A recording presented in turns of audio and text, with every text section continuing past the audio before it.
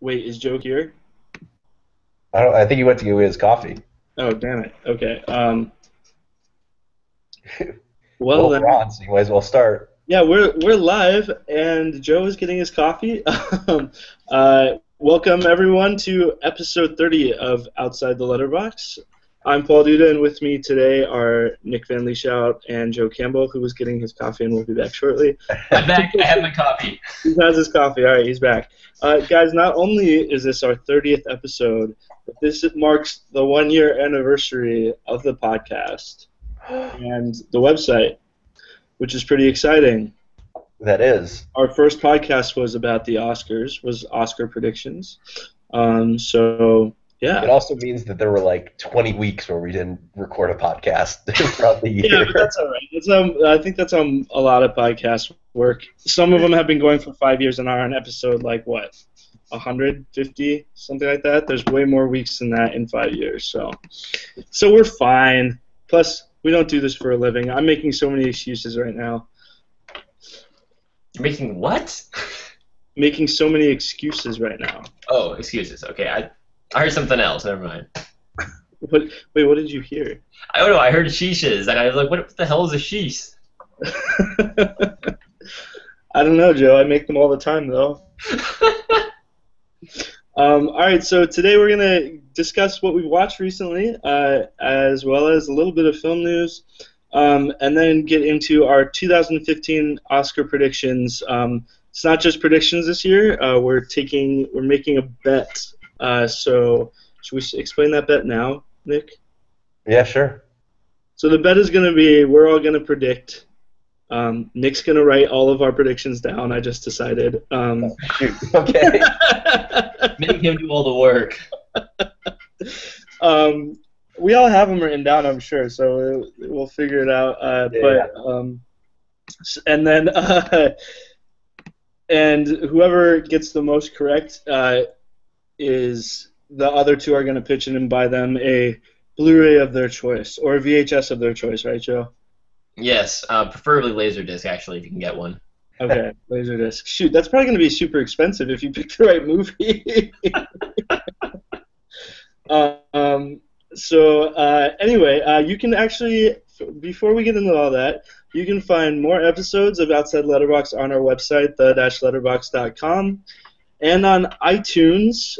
We are finally back up on iTunes. I don't know why we were down from iTunes, but our podcast is up on iTunes. So leave us a review on there, and rate us. The more reviews and ratings we get, the more We'll like you. the more popular we get. So tell your friends about us.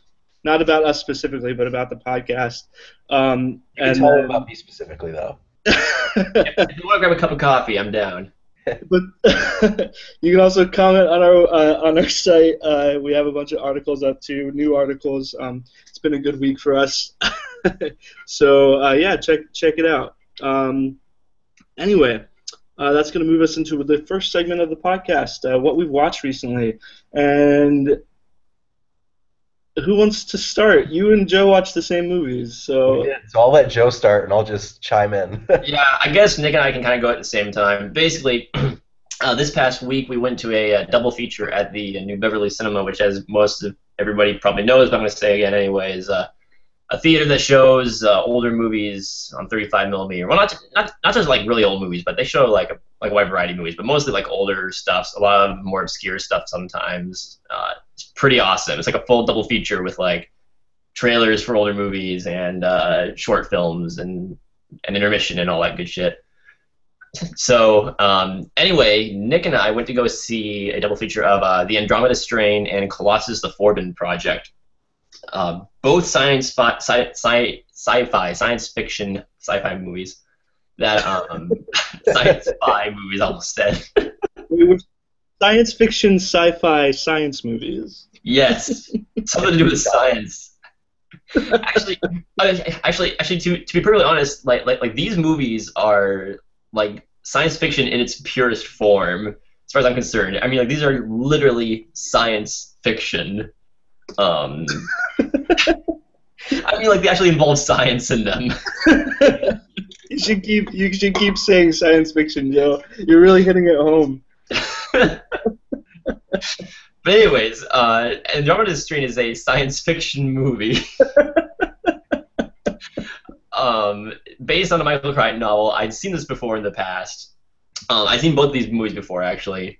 And Andromeda Strain is one that I remember watching and thinking, like, wow, this is a really slow-moving movie. But I didn't mind because the book was really slow, also.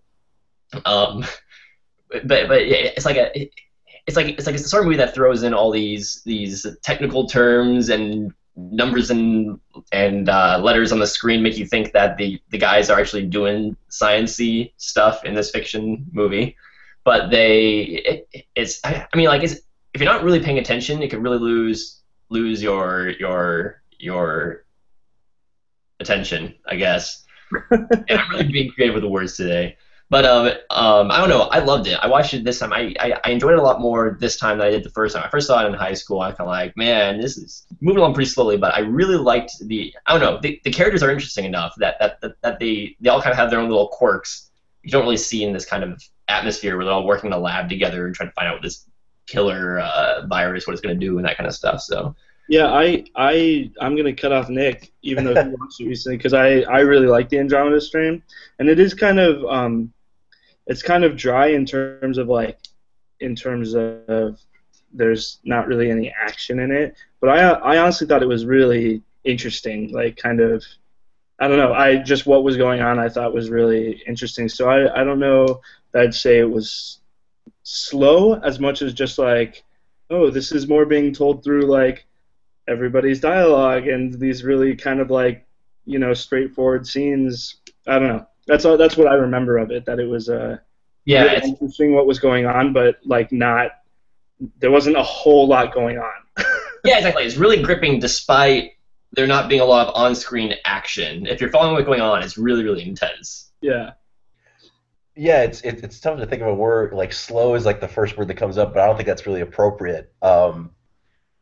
I actually really kind of liked it, despite kind of how it could sometimes feel drawn out, and I think that's because we so rarely get science fiction. Pre Star Wars science fiction was like Joe said, it was way more science focused. It was way more kind of based in reality. Like, even though it was kind of outlandish at times, it still always felt like, oh, we're maybe only like 5 years removed from this possibly happening. So in that sense, it actually kind of reminded me of a movie that came out a couple years ago called Contagion, and I kind of liked it for that, where it kind of like took the science seriously, and the characters all felt realistic, and it didn't feel like they were Hollywood leading men and women doing all this crazy stuff. It was like, no, these are for the most part real people doing their job and getting it done, and I always kind of like that aspect in movies, whether it's a movie focusing on truckers or law enforcement or whatever. I kind of always like seeing people do their jobs, so I enjoyed it for that. Yeah, the characters are real characters. They're really, really relatable people that you feel like could exist in the real world, and that was great. I really love that. It's also pretty stylistically shot. They do a lot of clever split screen, which I thought was interesting.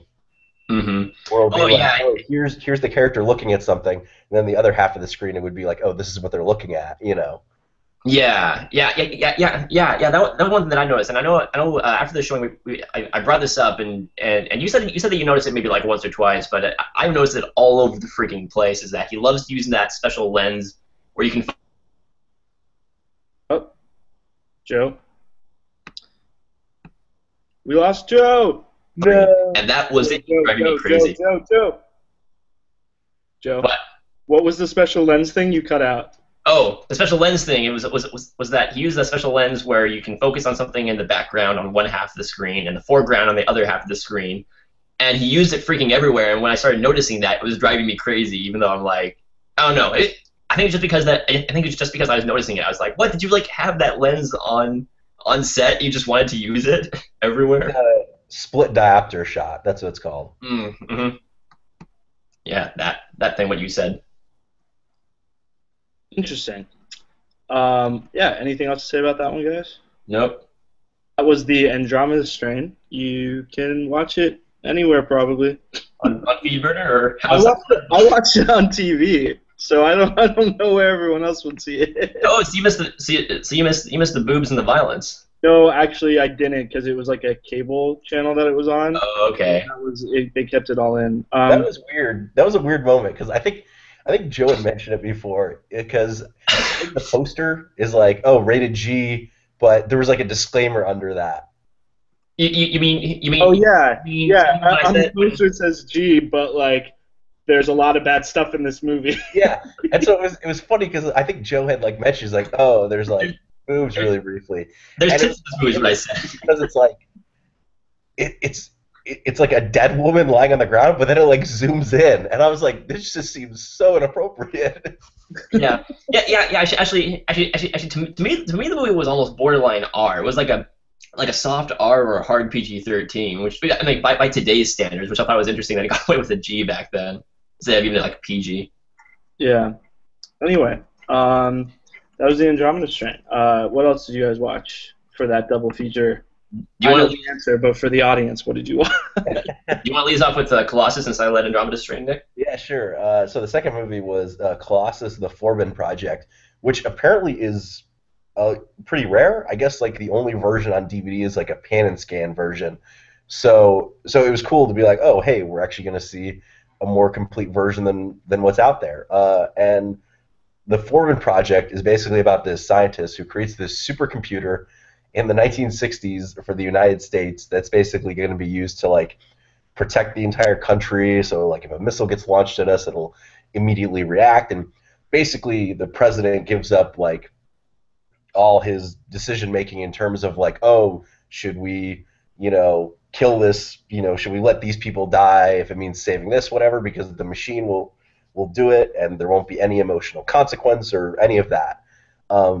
But then very quickly we realize that there's another computer out there that has been run by the Russians, and then eventually both computers team up and turn against their countries and basically start forcing its scientists to start doing stuff that they don't want to do, and basically the computer slowly starts trying to take over the world.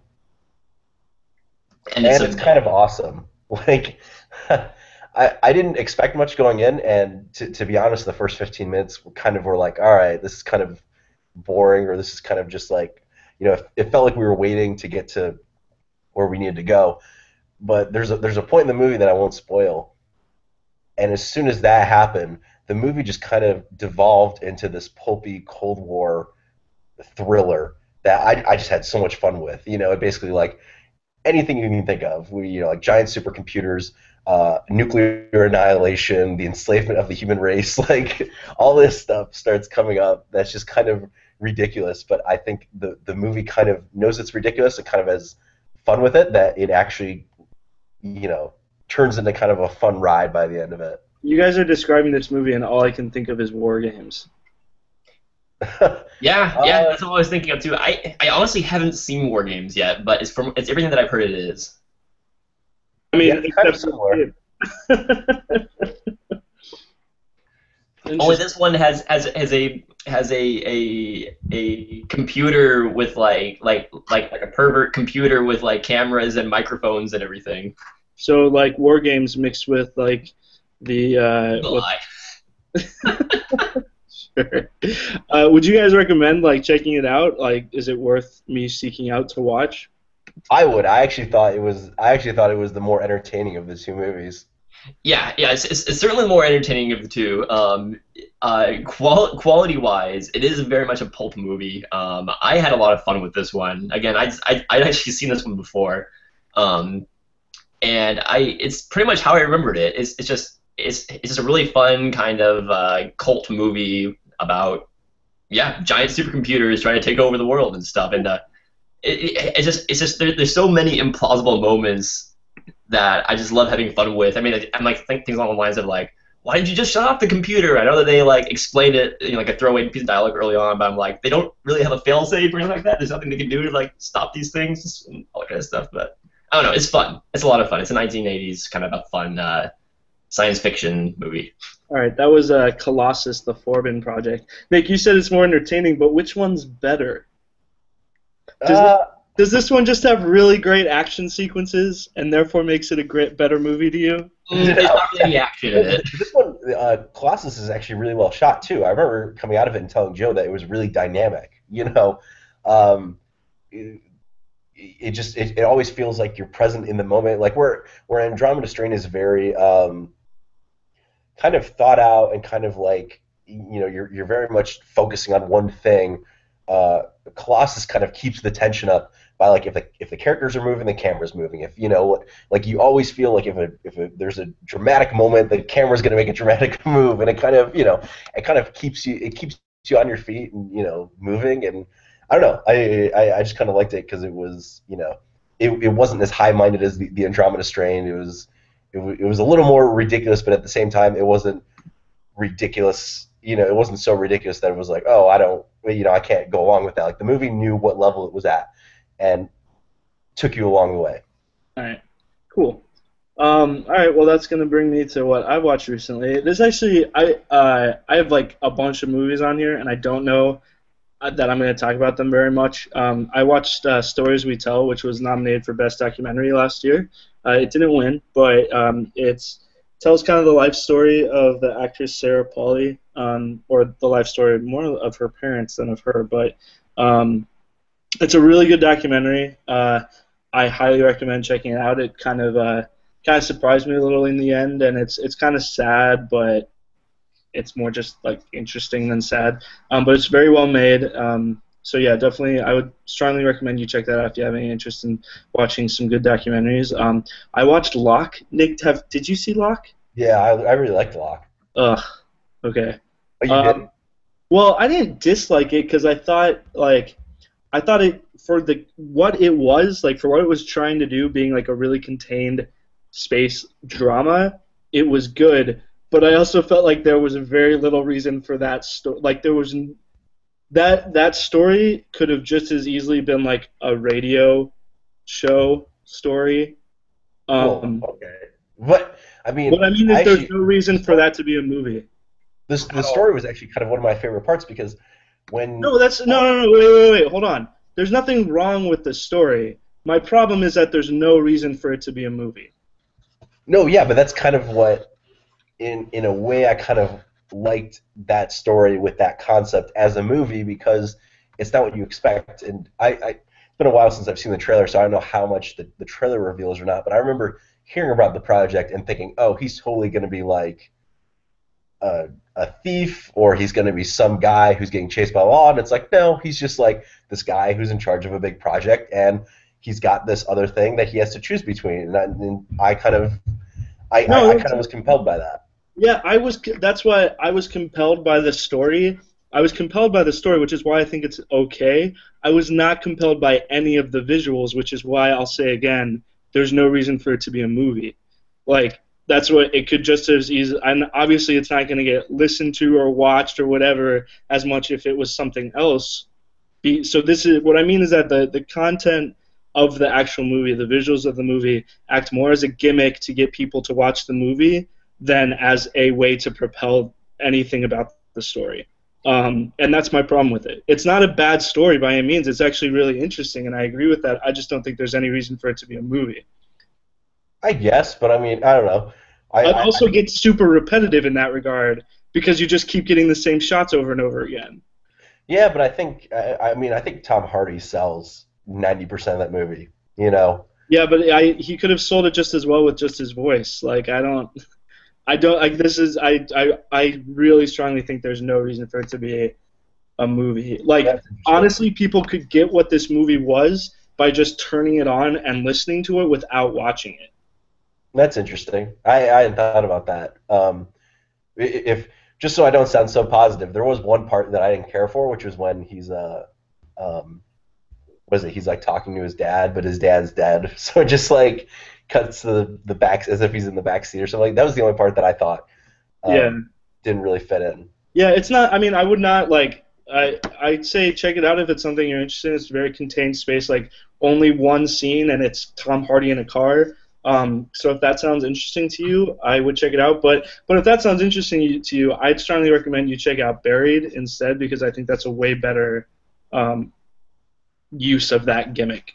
I was going to ask you what you thought of it compared to Barry, because Barry had actually used its location to some degree, and they had him like moving around, looking around in there, small as it was. Yeah, Barry's location to me actually like propelled the story quite a bit. Locke's didn't for me. So anyway, I'm gonna move on. I was hoping Locke would be short because I wanted to mention real quick. I watched The Hunchback of Notre Dame last night, guys. Okay. Which we've all seen, but I haven't seen for probably at least 5 to 10 years, somewhere in there. And holy crap, that movie is not like appropriate for children. I know, which is funny considering how much they already like edited it down to be like a kids movie. Yeah, it's definitely made for children because there's a lot of like childish humor in it, but it is not like some of the not even like the jokes. It's like the themes in it. Yeah. Like, and then we're watching the movie and I'm just like, oh, no wonder my parents didn't like me watching this. Esmeralda literally just did a pole dance, like in front of the whole city. It's a Disney movie. It is a really great movie, especially if you're older. But anyway. I just watched it last night. I thought that was funny. We were really tired and we're just looking through Netflix and just turned that on. So anyway, I also watched Liberal Arts, which is a film directed by, what is his name, guys? Josh Radnor from How I Met Your Mother. He also stars in it, along with the Olsen one who's not a twin. Brett Ratner? Elizabeth Olsen.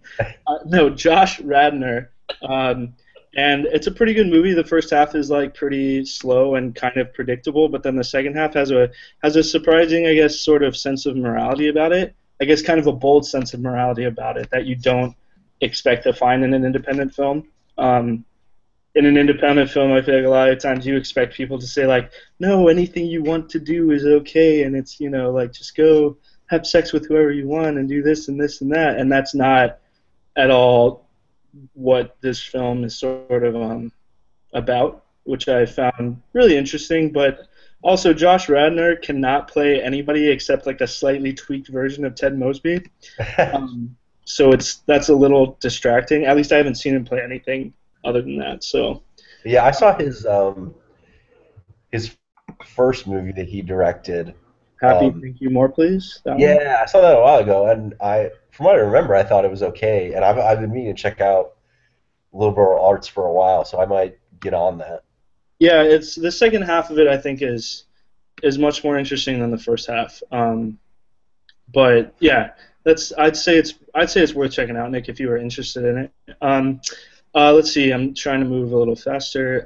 Obvious Child. I watched Obvious Child, which is was a pretty highly acclaimed film last year, independent film, starring Jenny Slate as a comedian who gets pregnant and has an abortion. And it is a very well-made movie. It moves very fast. It's very short. It's oftentimes very funny.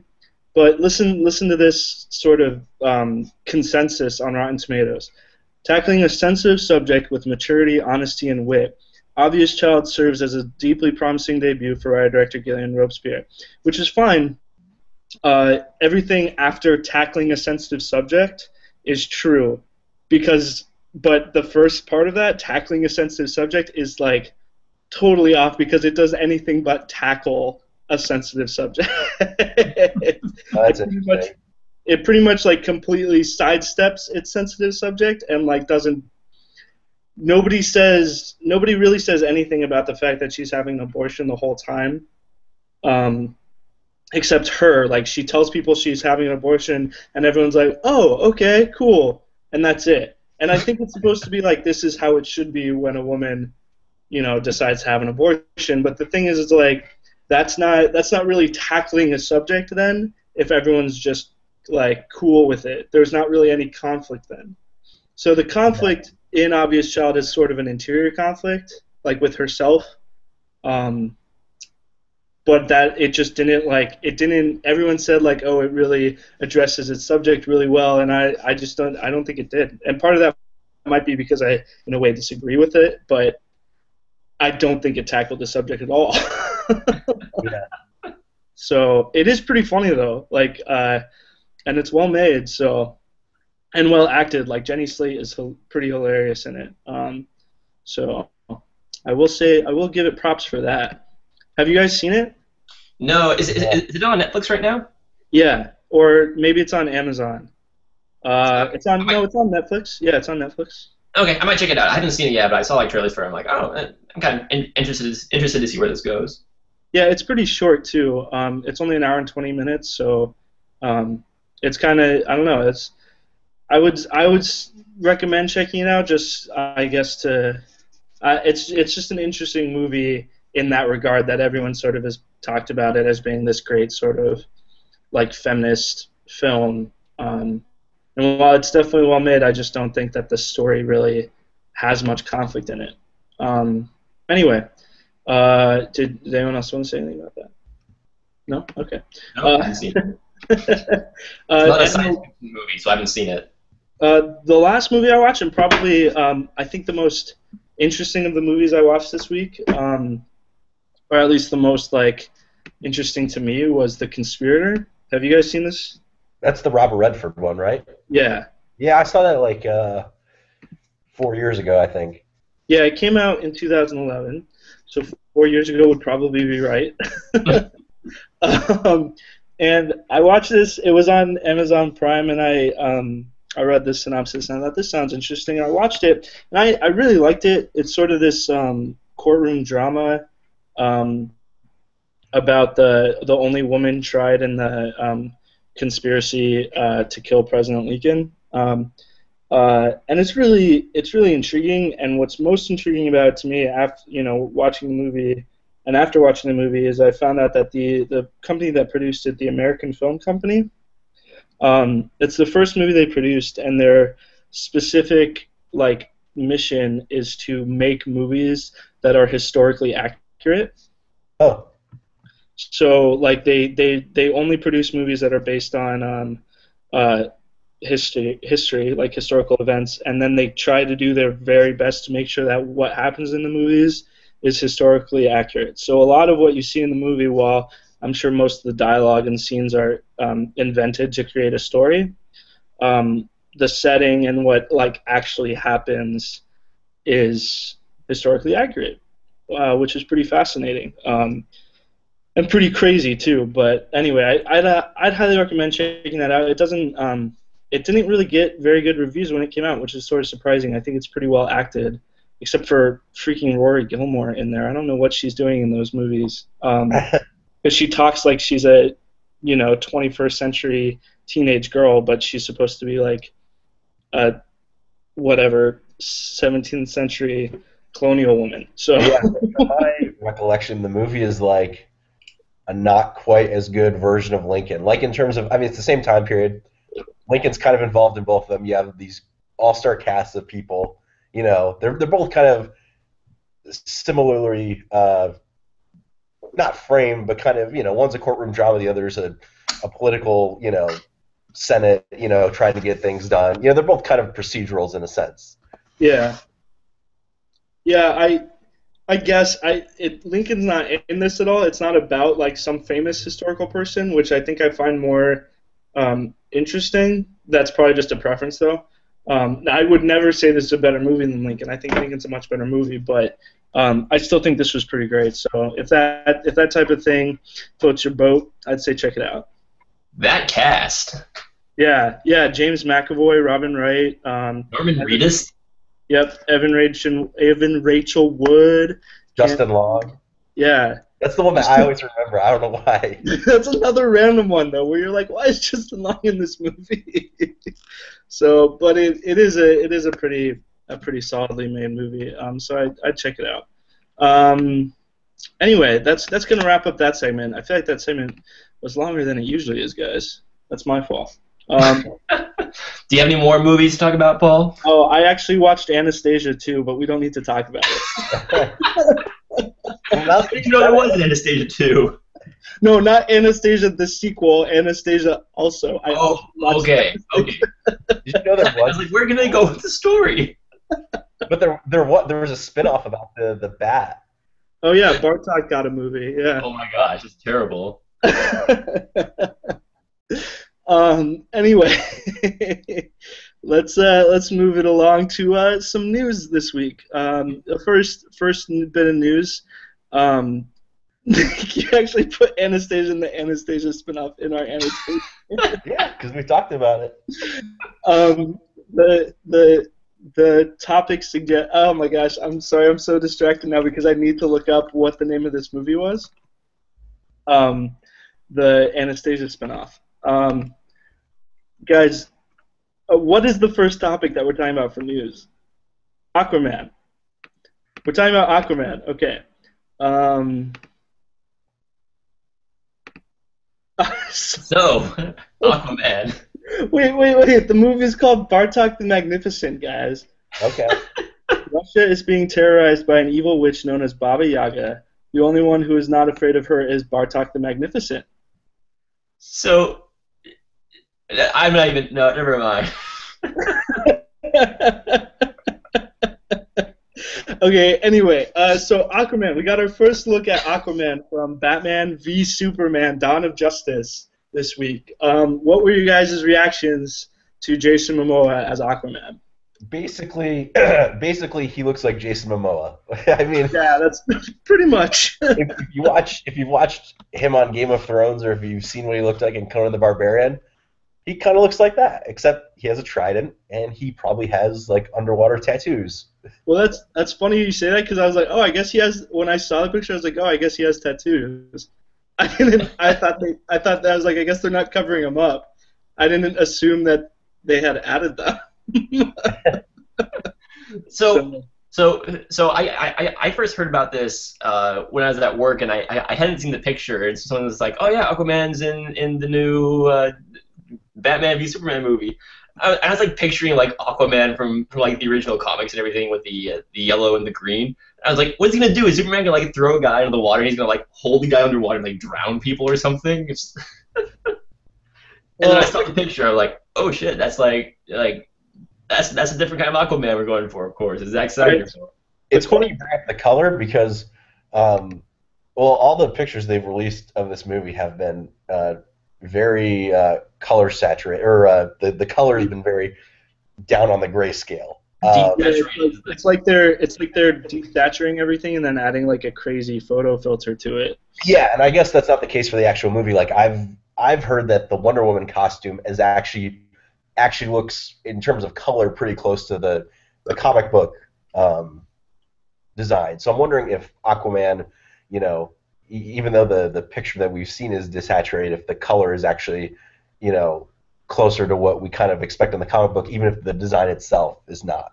Yeah, that's what I would bet. I mean, I could see, because the picture itself is really black and white. Like Jason Momoa, who is brown, is like straight up black in the poster, and I don't mean like an ethnic black. Like he's like a black and white photo, basically. Yeah. So yeah, I would bet I could totally see that. I could totally see like his pants or whatever being green and that thing he's wearing being like gold, Yeah, actually it is a little gold. So I could totally see the rest of it being like greenish.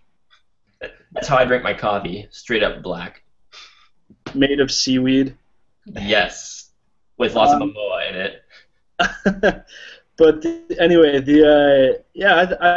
don't know. I thought it was pretty badass. But Joe, to answer your question, Wikipedia has his abilities listed. Aquaman's abilities listed.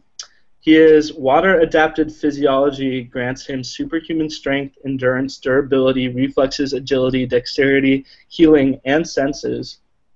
So that's pretty cool. I bet you that in this movie they're basically gonna make him like Poseidon, like what we commonly think of, just like controlling water and fishes and shit like that. Probably, I'm guessing. Just knowing Zack Snyder is probably what they're gonna do. He's able to speak and understand any language on Earth thanks to telepathic abilities. And his marine telepathy that grants the ability to compel and manipulate sea life. and he has enhanced swimming speed. I don't know. Like I don't know that. I don't think Zack Snyder's going to go that far with it. You don't think Like so? where he's like shooting water at people. I don't know about that. I wouldn't be surprised to see like some water spouts and stuff. You know. Yeah, but I would see it. I would probably see it more as like, okay, like Superman's gonna take this bad guy and like fly him over the ocean, and then like Aquaman's gonna help like do like a water spout there. I don't know that I see a water spout in the middle of like Metropolis. Aquaman is just gonna be straight up like ripping people in half lengthwise, just based on the look he's giving in that picture. Yeah, I don't know. I listened to podcasts where I like if you listen to the Screen Rant podcast, the guy on there, Kofi, is like super like for Aquaman, and he explains like all the cool ways Aquaman could be used. So I don't know. I'm more sold on the idea than I think a lot of people are. So I'm kind of interested to see what happens. Yeah, it's interesting. Anyway, do we want to move on to the next one? Why not, Nick? Why not? Okay. So Neil Blomkamp tweeted. I don't know what did he tweet specifically, but it sounds like the Alien movie that Neil Blomkamp was pitching to Fox is officially happening. Because Neil Blomkamp made some pictures and was like, "This is a cool thing I like to do," and Fox was like, "You're hired." I don't think that's exactly what happened, but because it looks like there's some kind of story going on here. We just don't know what it is. Yeah, I mean, Sigourney Weaver is in an alien suit, and Hicks is back? Newt is back, I guess. No, Newt's not back. Hicks is back. I thought both of them were back. I didn't see any pictures of Newt. No. Newt dead. They cut her open. No, if you guys haven't seen this art, it's concept art for his idea, I guess. It's some pretty cool stuff, especially if you like the alien world. So I'm pretty excited to see it. I know we talked about this a little bit, guys, but I would be stoked actually if they sort of just like ignored Alien 3 and Resurrection. Yeah, I mean, that's the only way I can see this like working. But it's a very weird situation because I like Neil Blomkamp a lot, and I think he could do a really cool Alien movie. But at this point, like, I don't know if bringing back dead characters is kind of the way to go. Like, it's kind of one of the problems I've always had with the Alien franchise is I think, and this is going to sound weird because I love the character, but I've always thought it became too Ripley-centered in the movies. Like, I always thought her story was kind of done in Alien 2, or in Aliens, I should say. And to me, kind of the way I always saw Alien was that Alien movies are always about the survivor of the last movie. Because, like, in the first movie, like, you kind of think Dallas is the main character, then he dies, and Ripley is the one who makes it out. And in the second one, obviously Ripley makes it out of that, but she makes it out with Hicks and Newt. So I always figured that, like, Newt or Hicks will lead the next one and whatever. Because, I don't know, it's just kind of it's kind of my mentality with a lot of movies. It's kind of the same thing with Die Hard, where it's like, it's the same thing happening to the same guy multiple times. So I'm excited, but I just kind of think, like, there's a bigger world that could probably be done around Alien that they kind of explored with Prometheus. So it's like, I don't know. I think there's got to be a careful balance with however they go after this. Yeah, I really like Ripley's character, but I know like I agree with you. I think that it's like I'd like to see someone else sort of in the middle of it, even if she was still a character, you know. Yeah, if she was like a supporting, person or something like that. Basically, Nick's tired of seeing women in lead roles. That's what he's saying. No, that's not what I mean. You could make Newt the main character, and I'd be perfectly fine with that. But you need Newt to be a boy. No, she doesn't need to be a boy. What is going on here? I'm just saying, Nick doesn't like movies where women are the leads in them. Nick, are you sexist, Nick? Yes, Joe. We've decided. Can you put that in the annotations? Nick is a sexist. Yes. We'll make a Wikipedia page for it. Guys, I like freaking love the Alien movies. A couple thoughts just on this, just real quick, is that I'm kind of a purist when it comes to like film series and that kind of stuff. So it's kind of like if they, unless they're straight up rebooting Alien, I'm not crazy about them kind of retconning Alien 3 and Resurrection. Terrible as they were and terrible decisions as they made. I don't know. I'm just really like put off by movies that are supposedly in the same universe, but they're like, we're gonna pick and choose which pieces of the series we want to include here. So if they does all the time. Sorry. What's that? Nothing. But if they did do that, I would just prefer that they just straight up made a new movie rebooting the series that included Hicks and Newt and Ripley in it and that kind of stuff. Another thing is that if we are going to see another Alien movie, I would honestly like to see another Alien movie without Sigourney Weaver, just kind of like another movie, as you guys were saying, in the same universe but with aliens, and like new characters and that kind of stuff. Kind of like Prometheus. I'm actually a big fan of Prometheus, but like kind of like Prometheus, but with more of the focus being on the aliens and the horror and that kind of stuff. And I think Neil Blomkamp could do a good job with that. So I'm really curious to see what they're going to be doing with this as far as bringing back Ripley. Yeah. I actually think I'm more like as excited as I am for this because I get stoked whenever I see alien stuff. I'm probably more excited for Prometheus 2 than I am for this. The only thing that would make me more excited for this is that this seems like it's more immediate. Well, supposedly this is coming after Prometheus 2, is what I heard. Oh well, I'm excited for just more alien stuff, and I'm glad that it's still happening. I guess Yeah. Same here. I'm more interested in Prometheus 2 as it's kind of like I really want to see where that story goes because I was really invested in that. The Alien movie I'm more interested in is kind of like I wonder what this is going to be like because we really have no idea at this point. Whereas Prometheus 2, we kind of have an idea of tonally and stylistically what it's going to look like. Yeah, for sure. I just want it good. That's all I want. You want it to be good? Yeah. I'm with you there. You didn't like Prometheus that much, did you, Nick? I liked a lot of the ideas, but I thought the execution wasn't as good as it could have been. I thought there were a lot of cool ideas in Prometheus. I didn't think they were all kind of explored fully, or that even it also didn't even really feel like a full story to me. Like I remember the end of the movie happening and thinking, oh my gosh, here's the third act, and then the movie ended, and I was like, what? Because it's not a full movie. They need Prometheus 2 to happen. I thought it was more of a full story than Pirates of the Caribbean 2. Well, yeah. For another time, At least an arc happened in Prometheus. Pirates of the Caribbean 2 is just one half of one really long movie. Yeah. But at least we got Pirates of the Caribbean 3. I don't know if we're actually going to get Prometheus 2. What a shitty movie, right? Pirates of the Caribbean 2? Man. What? So good. That's good. Much excellence. Alright, this is going to bring us to our last section of the podcast.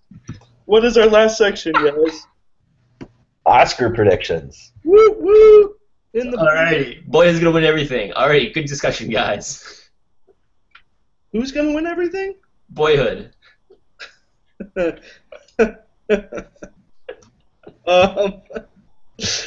If Nick had it his way, Boyhood for best visual effects guy, best visual effects guys. I like how they digitally aged the kid.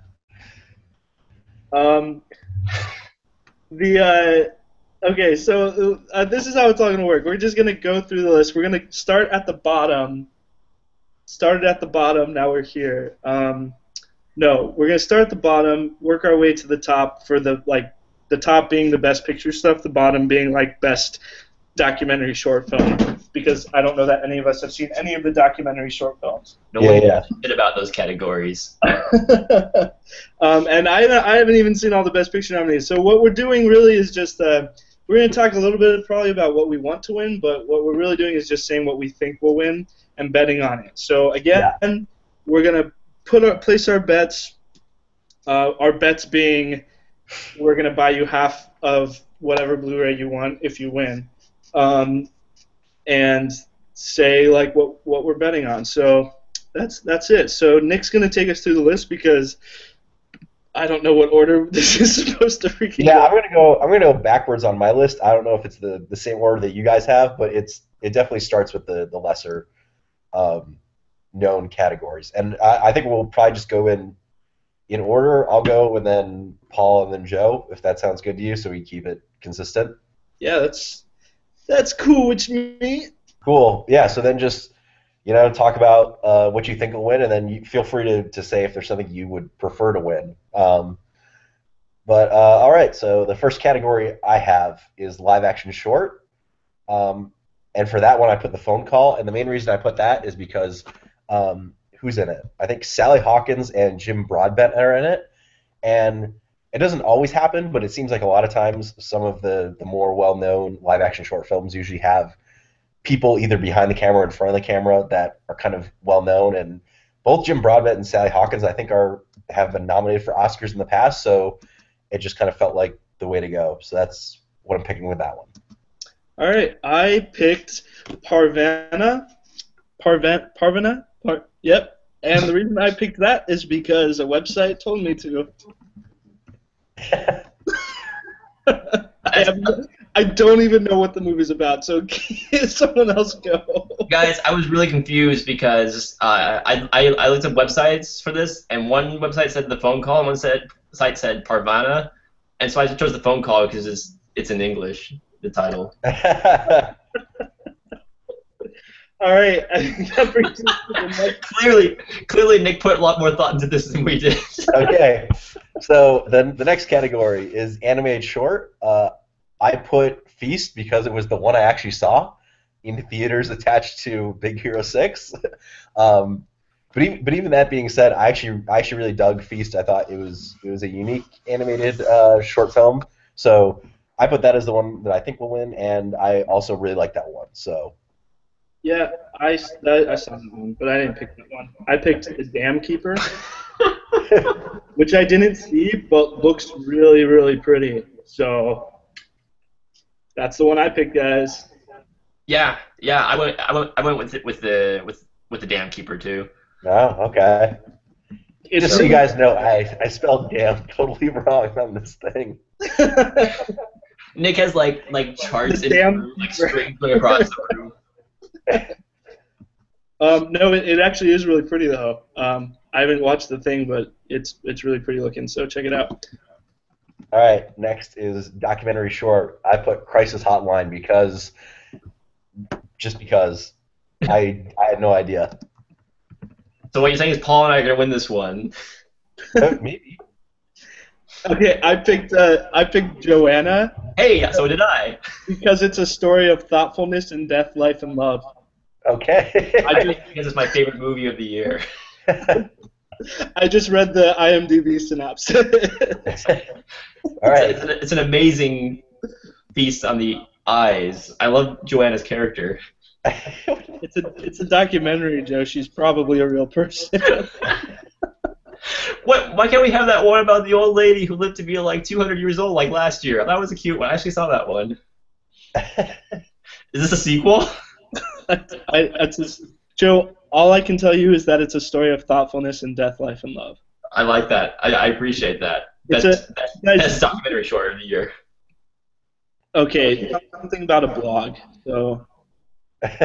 Oh, can I change? Oh, she started a blog because she had cancer. Oh, I think I did hear about this actually. She tells her 5-year-old son Joss that she will do her best to survive for as long as possible. So stop making jokes about it, Paul. You're being an asshole. Yeah, seriously. And she starts writing for him. Oh, this actually sounds really interesting. I may check it out. All right, let's watch it right now on the podcast. Anyway. Right. Next category we have is foreign language film. I picked Ida because it's one a lot of people have been talking about. I know Paul's seen it and seemed to like it a lot, so I'm gonna go with that one. Yeah, Paul and I both picked Ida. I also went with Ida because it's beautiful and it's really well made and it's pretty profound. So yeah, I actually have a reason for that one. Sweet. Oh wow. All right, moving on to best makeup. I put the Grand Budapest Hotel because I actually thought of the three, it was the best makeup. Foxcatcher, you know, some people complain about Steve Carell's nose. I mean, that I think just depends on who you are. Guardians of the Galaxy, I think, the makeup for Zoe Saldana and Dave Bautista is really good, but I always go back to Grand Budapest Hotel transforming Tilda Swinton from uh, a middle-aged woman to a much older woman and making me completely forget that she was in the movie as that character. So that's my basis for Grand Budapest. Okay, I picked the Grand Budapest too. All right. I picked the Grand Budapest also because Guardians isn't going to win, and Foxcatcher just had big noses. Like Pinocchio. Pinocchio, best makeup and hairstyling. Best makeup. All right. Next, we have production design. Again, I picked the Grand Budapest. The only one that I would have maybe considered is Interstellar because they built a lot of that stuff practically, but I think the Grand Budapest, again, just Wes Anderson style, very, very meticulous and very, very dollhouse-like. It lends itself to being a very production designy type of movie. So that's what I'm going with. Yeah, I did Grand Budapest also. I mean, You're messing up the order, man. It's style and stuff, and it's Wes Anderson. It's gonna be like visually. I don't know. Production design. Go after Nick. You're ruining everything. I ruined everything. Yes, I ruined the order. How do you like that? Paul better say he's putting the Grand Budapest, or else I'm gonna put that in his slot anyway because. Yeah, I picked the Grand Budapest too. It's also what else are you gonna pick? Yeah, I mean, like I said, Interstellar is the only other one that I would remotely consider. Maybe Into the Woods, but that, Well, that's Into the Woods looked really cool, but there's so many other fantasy films that look like that right now. Yeah. That it's tough to choose that. Yeah, I agree. Yeah, but Rob Marshall has no visual flair at all. Oh my gosh! Shut up. If I would reach through the computer and punch you, I would. You and Nick both. All right. Next category we have is costumes. Again, I'm going with Grand Budapest. I actually think Grand Budapest will sweep a lot of the technical awards. You mean the art department awards? Yeah. Yeah, I went with Grand Budapest too because everything about that movie is really intricate. So it's especially in regards to the production design, and that's I think a lot of what Wes Anderson's known for. So I think it's really tough to compete with that. Although I mean, what was nominated for best costume? Inherent Vice, Into the Woods, Maleficent, and Mr. Turner. Yeah, I mean, Into the Woods was decent. Maleficent was whatever. And I haven't seen. You said Mr. Turner? Mr. Turner and Inherent Vice. I haven't seen either of those. So. All right, Joe. Can I go now? Yeah, you can go now. You have my permission, Joe. Thank you. Thank you for letting me speak. Grand Budapest Hotel. All right, I'm done there. All right, sweet. Okay. Next, we have Best Visual Effects. I'm going with Interstellar. Real original, Nick. Those are all practical effects, Nick. Thank you very much. Yeah, I mean that was a huge reason. I thought about Dawn of the Planet of the Apes, but then I thought back, and Rise of the Planet of the Apes, which should have won Best Visual Effects back in 2011, never did, and it lost to Hugo. And it's like, well, if Rise of the Planet of the Apes lost to Hugo, I think Dawn has a pretty good chance of losing to Interstellar. Yeah, I picked Interstellar as well, and the only all the visual effects on that list were actually pretty great. Like Captain America was pretty awesome too, but the only one that really competed was Dawn of the Planet of the Apes for me, and as much as I think maybe it should have won, I don't think people are gonna remember it enough to over Interstellar. Yeah. And I feel like this is Interstellar's like good job prize, because it didn't get a lot of as many nominations as a lot of people thought or had hoped a couple of months ago. So I feel like this is like, hey, good job. Yeah, exactly. You guys done good. That All means right, you picked Joe. Interstellar too. Of course, I picked Interstellar. I mean, what else am I gonna pick? Captain America: The Winter Soldier, Guardians of the Galaxy, All right, Captain America: The Spring Soldier. all right. Captain America: The Virgin Spring. What? Oh my gosh. What's the next category, Nick? The next two categories, just so we kind of differentiate this, are sound editing and sound mixing. Now, from my understanding, sound editing is basically the creation of sound effects, and sound mixing obviously is putting it together, leveling it off, whatever. So there is a distinction, even though a lot of people act like they have no idea what these categories mean. Sound editing, I went with American Sniper. I thought that was one of the things the movie did really well in the war scenes. It kind of immersed you in that world. So I'm going with American Sniper for best sound editing. I also went with American Sniper for best sound editing, but for no other reason than another website told me to. I didn't find anything about that movie particularly striking, so including the sound. So sure, sound editing sounds good. Sweet. I chose American Sniper also because I actually thought it had the best sound editing of all the movies on this list, except for I haven't seen Unbroken yet, and I was like, what? Sound editing from Broken? That's weird. I forgot Unbroken was even like nominated for anything. I didn't even realize it was until just now. Okay. Next we have sound mixing. I went with Whiplash because to me, sound mixing I think always lends itself very well to music-oriented movies. Like last year, Inside Llewyn Davis I think was nominated for the same award. So I don't think it won, but I'm going with Whiplash because I feel like Whiplash is a movie that a lot of people love, and outside of another nomination that I think it's bound to win later on, I think this is probably its biggest chance at winning something else. What do you mean best supporting actor, Nick? We'll get to that, Joe. I went with American Sniper again. Okay.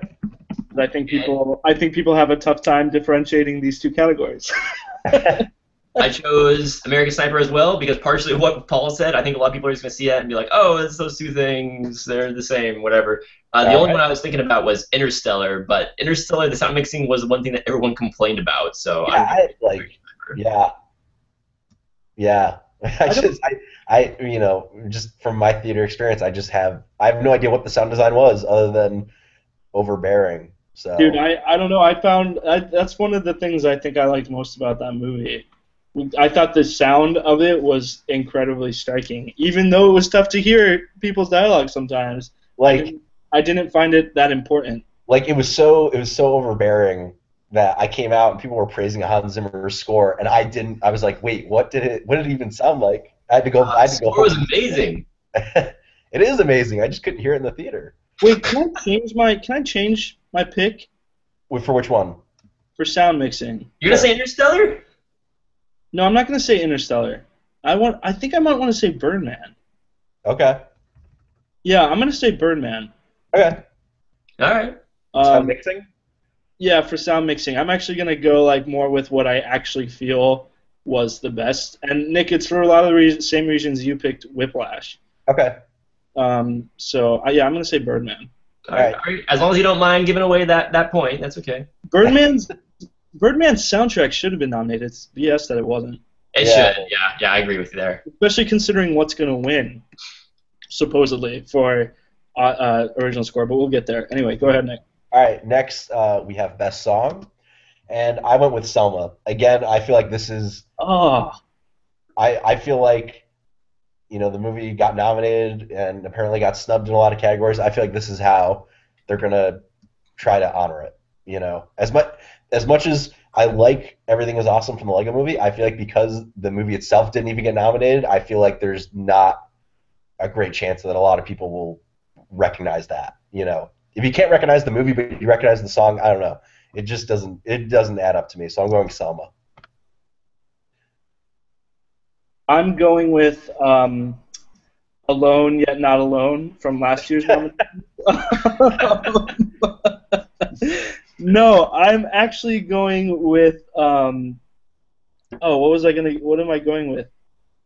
You're going with Everything Is Awesome, No, Paul. I'm not. That's not what I'm going with. You're going with I'm Not Gonna Miss You by Glenn Campbell from Yeah, Owl that is Movie. actually what I'm going with. I'm not Oh gonna. wow. Okay.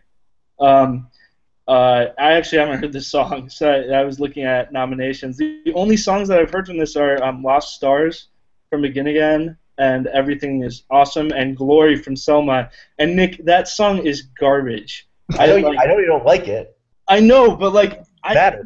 I can't even like I don't even want to think that it's gonna win because man, that's gonna depress the crap out of me if it wins. Nick, in the annotations, can you add Paul is racist to that, please? No, dude, Selma is a great. Selma is a great movie. Selma really is a great movie, but by far the worst part of that movie was that song during the credits. Like that song during the credits ruined the movie for me. You know, Move, not really because I still think it's a great movie, but yeah. Ugh. What are you going Anyway, with, Paul? Anyway, I'm going with Everything Is Awesome because I think Wait, everyone's did gonna Paul say what recognize he was it. going with? what? Did you even say what you're going with, Paul? Yeah, Yeah, I said I'm not gonna miss you. Oh, okay. that wasn't the song he's choosing. He's just telling you he's not gonna miss you. I got really confused. All right. Why wasn't I think? Wait, hold on. Okay, so I'm reading IndieWire's like Oscar predictions, and it said should have been. It has this thing says should have been in the nominations, and it said Yellow Flicker Beat from Mockingjay, and I sort of agree with that. Do you guys know that song? Wasn't that a song outside of the movie though? It was during the credits. No. But I mean, like, isn't there a song? Or maybe it's by another band, Yellow The, Flicker Beat. Like, I feel like there's song another the song. song was written by Lord for the movie.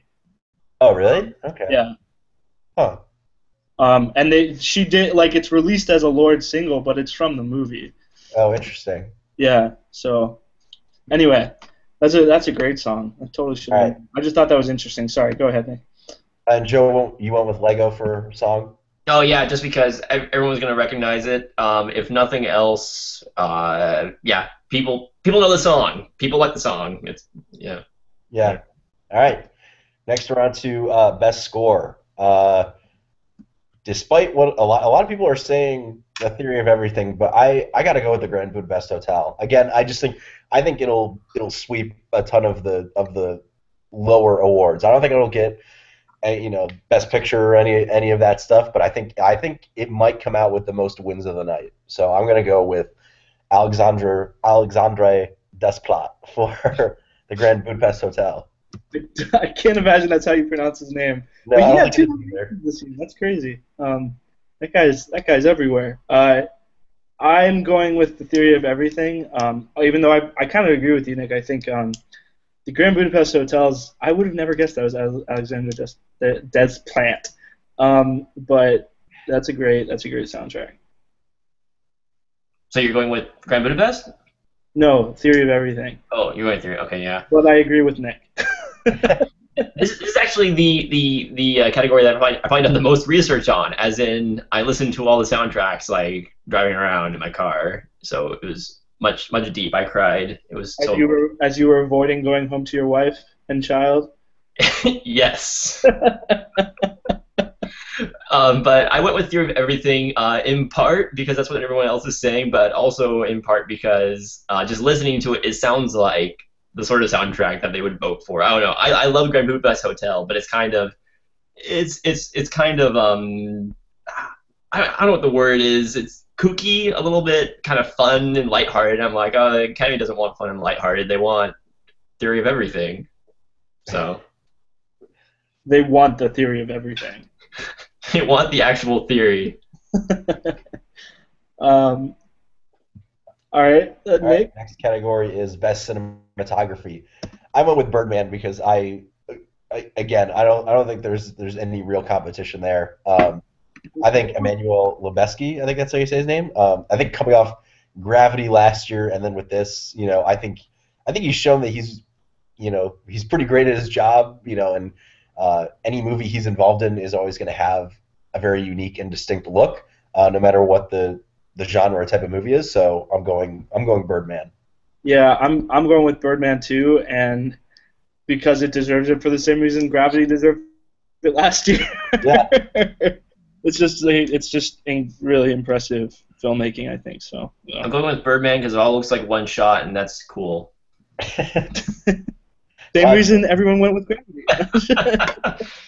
I'm going with Unbroken because it's an amazing masterpiece of a film. All right. Next we have Best Editing. I'm going with Boyhood, even though if I were voting, I would vote for Whiplash. Okay. Best editing? Is that Yeah. what we're doing? Yep. I'm going with Boyhood as well, but I also agree with Nick. So go ahead, Joe. I'm going with Boyhood, but I agree with both of you. Okay. Next we have Best Documentary Feature. I picked Citizen4 because it seems like the most relevant one to today. You know, the whole Edward Snowden case. That's pretty much it. Yeah, I picked that too. Yeah, I picked that also. Although surprisingly, last year I watched quite a few of the nominations. This year I haven't watched any because I was lazy and I listened to soundtracks instead. All right. Next we have Best Animated Film. I'm picking How to Train Your Dragon 2, even though I wish I could pick the Lego Movie. I'm picking How to Train Your Dragon 2, even though I'm not that jazzed about all the picks. I don't think I'd pick the Lego Movie, but I don't know. How to Train Your Dragon 2 was great.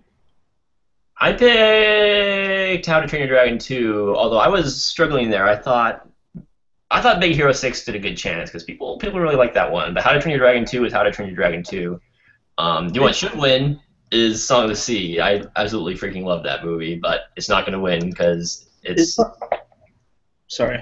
little Irish movie. That's it. It's done by the same people who did the Book of Kells, right? It is, and it's beautiful. Is it though? It's beautiful. I'm not saying it's a perfect movie. I mean, I personally love Book of Kells. I love Song of the Sea a lot more than I like Book of Kells, but I mean, visually, it's really beautiful. Yeah, I think both of them are really beautiful, but I think something like I guess there aren't any other 2D animated films, but I don't know. They're very beautiful films for sure. That's pretty much all I have to say about them. But I haven't seen Song of the Sea. Book of Kells was beautiful, but not that great of a story. Yeah. I mean, just from a narrative standpoint, I like Song of the Sea a lot more. Again, I love Book of Kells. I love anything to do with kind of a country's mythology and that kind of stuff, which Book of Kells has a lot of. But Song of the Sea, I felt like it dealt with it a little more straightforward and a little more interesting and a more interesting story. I was gonna say though that wasn't how to. Oh, never mind. I was going to say, it wasn't How to Train Your Dragon on one of your least favorites, but that was Nate Stone's. Yeah, I mean, I was fine with How to Train Your Dragon 2. I wasn't crazy about it, but whatever. I saw it, the sequel to How to Train Your Dragon. Honestly, How to Train Your Dragon 2 should win just because How to Train Your Dragon 1 didn't win. And it should have. And, that's what I was going to say. Big Hero 6 has a good chance of winning just because Disney somehow seems to be able to, pull a win out of their asses every year that they have something nominated. I think you should specify and say Pixar because last year was actually the first year that an actual Disney animated movie won Best Animated. But what I'm saying is, I think it's because of Disney, maybe not, but I think it has something to do with Disney's influence that Brave won a few years back, even though that is a Pixar movie. That movie did not deserve to win Best Picture that year. I agree. Not that I don't like Brave. I actually really like Brave. I just think there were better animated films that year. Anyway, moving on. Next category is Best Original Screenplay. I was really torn in terms of what I think will win between Grand Budapest and Birdman. I think I would like Grand Budapest to win, but I think I got to go with Birdman. More because I think Birdman is going to be the night's big winner in terms of the higher up awards. So I'm going Birdman. I'm going with Grand Budapest Hotel because I think this is one that they're going to give to Grand Budapest as somewhat of a consolation big prize. I'd be totally okay with that. I'm going with Birdman because it's so writing heavy, I guess. Is it the focus of Birdman is really on the writing and on the kind of the one shot style and the acting and that kind of stuff. But Grand Budapest is more of a visual movie. Birdman is more of an idea movie, if that makes any sense. Despite having great visual flair, I feel like a lot of focus is on kind of the inner monologues and what the people are saying to each other and that kind of stuff. So I'm going with Birdman. All right. Next, we have adapted screenplay, and I kind of hate this category, if only because the movie I think will win, I don't like, and the movie I wish would win, I don't think belongs in this category at all. I think The Imitation Game will win again because it's a big movie that people will think is important, and they want to award it somehow, and this is an easy way to do it. Personally, I would vote for Whiplash, even though I think Whiplash deserves to be in the original screenplay category and not adapted. But that's a discussion for another time. I picked Whiplash. I put down Grand Budapest Hotel. What the hell? Okay, I'm choosing Whiplash. Okay. All right. Next we have Best Supporting Actress, and I went with Patricia Arquette because she's the favorite, and I think she's actually probably the best of the people in that category. Have you seen Wild? Dude, she's barely in the movie. Have you seen Wild though? No, but she's barely in the movie. But dude, that doesn't matter. Someone can be barely in the movie and make a huge impression. No, I know, but I honestly don't think Patricia Arquette fits in the supporting actress. No, I don't think I think she should be a lead actress, but that's again. Yeah. I picked Patricia Arquette, but I haven't seen the other movies. I don't know. I honestly don't know who the best is for this category. I feel like I want Laura Dern to win because for some reason, ever since Jurassic Park, I'm a huge Laura Dern fan, but I think Patricia Arquette's going to win. I picked Patricia Arquette, and yeah, I guess make a joke about Meryl Streep here, or I don't know, being nominated. Yeah, that's oh man. At this point, it just feels like they have a spot open for her every year, if she wants it or not. You know. Yeah, exactly. I mean, like she's good in the movie, but it's not like that's what I think about a lot of these. Like, I mean, I guess Emma Stone. Emma Stone's really good in Birdman. Yeah, that's actually the only one that I like stopped for a second and was like, man, she was really great. But, yeah, but like Keira Knightley in The Imitation, like I like Keira Knightley, but again, it feels like it's more like she gets it because the movie is getting like it feels like, oh, you're on the Imitation Game ticket, you know. Especially when you consider there were people like Rene Russo from Nightcrawler and gosh, who else? There were a couple other people I thought would have been more worthy than some of the people, but whatever. All right, next supporting actor. I mean, do we really have to talk about this? It's J.K. J.K. Simmons, but we talked about this, didn't we? Did we talk about this on the podcast? I'm still not like convinced because I think he's gonna win, but he's not my favorite to win. Who would you pick? I gotta look up the nominations again real quick. It's Robert Duvall, Ethan Hawke, Edward Norton, Mark Ruffalo, J.K. Simmons. I probably would have picked Edward Norton, yeah, I probably would have picked Edward Norton, and I haven't seen Foxcatcher, but I feel like I would pick Mark Ruffalo. And it's only because I feel like J.K. Simmons plays every character he's played before in Whiplash. Not that he doesn't do it well, but he's still like playing every character he plays before. It's like Josh Radnor playing Ted Mosby, but more extreme. Yeah. Anyway, but yeah, he's gonna win. Yeah. I'm going with Just Kidding Simmons because he's going to win.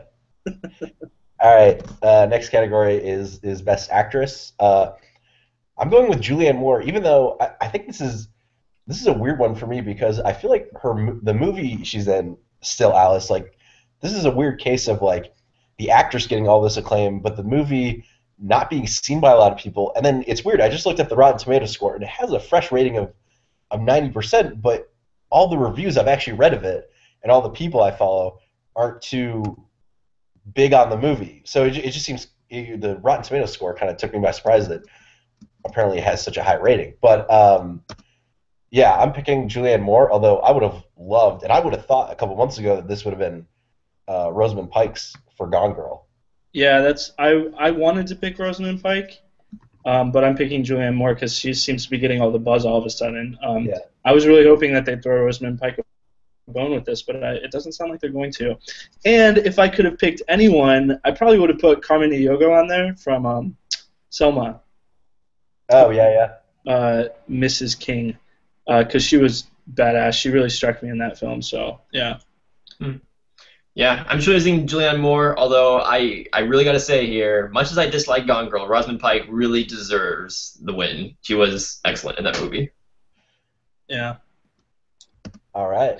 Next we have Best Actor, and I know a lot of people say this is between Michael Keaton and Eddie Redmayne, and I don't know if my my dislike of the movie or Eddie Redmayne is clouding my judgment, but I'm going Michael Keaton, mainly because I think that's a more deserving win than Eddie Redmayne in The Theory of Everything. I haven't seen The Theory of Everything, but I'm going with Eddie Redmayne because he seems. I mean, I feel like if that movie gets thrown anything, it's going to be this because he was apparently very transformative in the film. Plus, he just deserves an Oscar for his role in Jupiter Ascending. So I'd be okay if the Oscar was actually for Jupiter Ascending. But I would like to say again that I would probably pick David Oyelowo if he was in this category because he was another one from Selma that totally blew me away. I know it's a big controversy or whatever that these guys didn't get nominated from Selma, but the acting in Selma was one of the best parts of the movie to me. So I'm kind of surprised. But Joe, I feel like Paul's just trying to make up for his racist remarks earlier. I didn't make any racist remarks earlier. And I'm not trying to make up for it. I'm dead serious. I honestly think that. I'm kidding. We know that, Paul. Michael Keaton and David Oyelowo, I cannot say his name for the life of me. Those were the two probably actors that kind of struck me this year. So I don't know. Yeah, I'm choosing Eddie Redmayne. It was really tight for me though. I was cut between Michael Keaton and Eddie Redmayne. I think Michael Keaton really deserves this. But everyone else is saying Eddie Redmayne is going to win, so I'm going to say Eddie Redmayne. Awesome. All right, Best Director. I'm going with Alejandro Iñárritu because, again, like last year with Alfonso Cuarón in Gravity, I think I think it's a movie that takes a lot of ambition and vision as a director to actually pull off. So that's what I'm going for. I would be okay if Richard Linklater won, but mostly because I love Richard Linklater, so to see him with an Oscar would be awesome. But I'm going to go with Alejandro. I'm going to go with Richard Linklater because I think they're going to throw him this one. Interesting. Because I think Birdman's going to win Best Picture. So.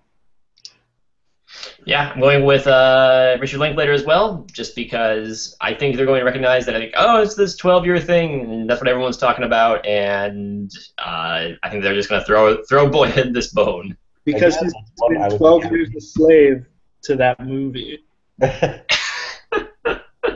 I see what you did there. Again, that's one I'd be happy to be wrong on, but I'd be unhappy to be right about. What if it cost you $12, Nick? What if it cost you $12? Would you still be happy? Maybe not for like a day. You guys are only buying me a $24 Blu-ray? I'm gonna find the most expensive one that I can. All right, and then for Best Picture, I've really gone back and forth on this, and I thought the situation this year is very similar to last year, where we kind of had that split between 12 Years a Slave and Gravity, and I can see an argument for that with Birdman and Boyhood, but I'm just going to put it on Birdman, especially because it seems like it's had this last minute push recently. So I'm going Birdman, even though actually, if I were voting, I would probably vote for Whiplash. Well, you're not voting. No, I'm not. Yeah, I'm saying Birdman, although I would probably go for Whiplash too. Um, yeah, uh, I'd go for Whiplash. Whiplash was like, I feel like people are gonna keep watching Whiplash more. Not, yeah, probably more than they'll watch Birdman because it's more entertaining.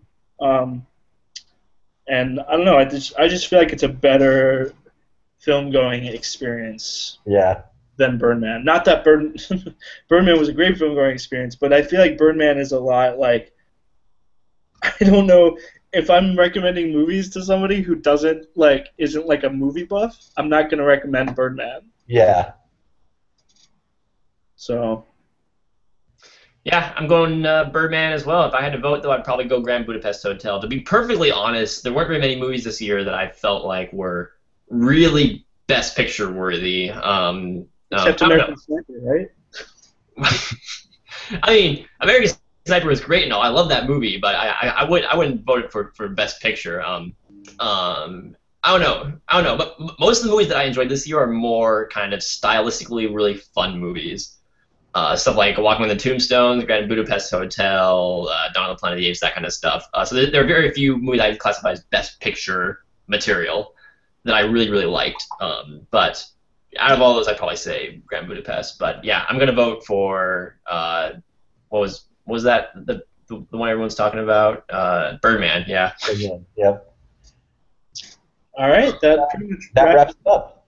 Looking over this real quick, it looks like we actually agree on 14 out of 24 categories. So we'll see how this all plays out tomorrow.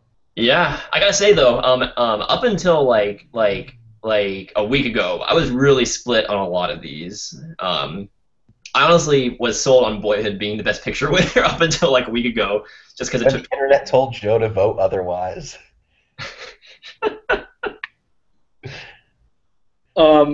Yeah, that pretty much wraps us up, right, guys? Yeah. Yeah, I guess. The next week, we'll probably do a little bit of a recap next week once we know what wins, and we're obviously going to be reviewing Focus next week. I'm kidding. I don't want to go see that. Let's see that. Looks like a lot of fun. Does it? Because all I've seen is Margot Robbie hanging on Will Smith. All I've seen is Will Smith like doing like his toned down version of his character from Bad Boys. Well, anyway, I don't know what we'll talk about next week. I mean, we can obviously talk about that, Joe, but I don't think I'm going to see it. Yeah, I don't know if you've had this experience, Paul, but driving around LA, they have all the billboards up for the movie, but I keep thinking it's ads for like sunglasses or something. Yeah, exactly. That's kind of what it looks like. It's like, what is this? Is this like an ad for like I don't know, some clothing company or something? But yeah, definitely sunglasses is a good place to place it. But what else is coming out next week? Is Lazarus Project coming out next week? It is. But again, I don't know that I'm gonna get to see that one either. Maybe we should talk about like maybe picking like some indie film or something we didn't get to talk about last year. And all of us watching it and reviewing it. That could be interesting. Yeah. Or we could review the Duff. Duff that. I really want to see Wild Tales. That looks really interesting. Yeah. But anyway, that's gonna wrap us up for this week. We'll figure out what we're gonna do next week. Maybe we won't do anything. Who knows? But again, you can find more episodes of Outside Letterbox on our website, the-letterbox.com, as well as on iTunes. Please leave us a review or a comment. Let us know what you think, and share us with your friends and your family. Share our podcast with your friends and your family. And yeah, we'll see you guys next week.